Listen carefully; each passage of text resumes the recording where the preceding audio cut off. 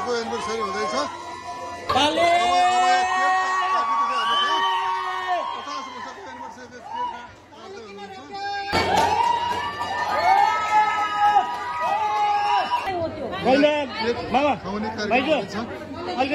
यहाँ केक खाउने कार्यक्रम हुँदैछ हेर्नुहोस् है।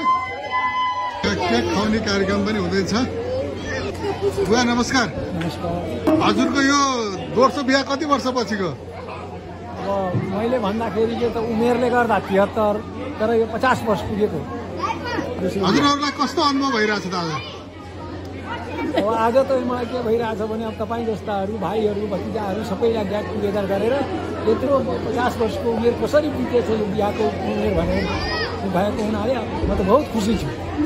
50 वर्ष अगाडिको विवाह र आजको विवाह कस्तो लाग्यो त? अब यो मैले भन्दाखेरि त अब हामीले आफ्नो बेलाको कुरो गर्दाखेरि त्यो बेलामा त नयाँ नयाँ बिहा थियो, नयाँ नयाँ जोस थियो।